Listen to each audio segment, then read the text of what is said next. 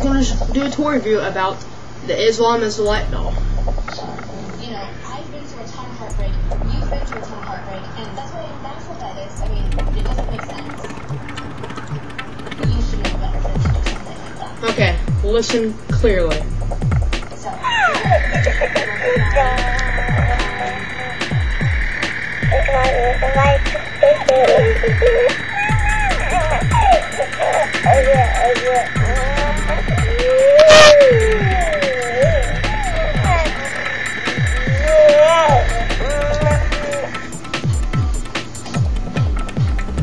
why would a company make a toy that says Satan is the king and then says Islam is the light?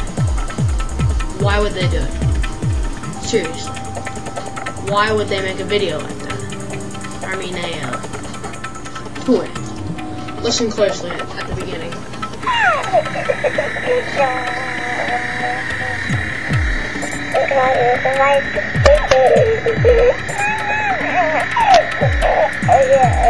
Obama.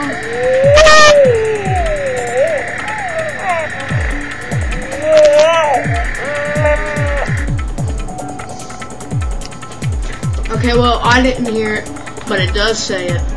No matter what you guys say,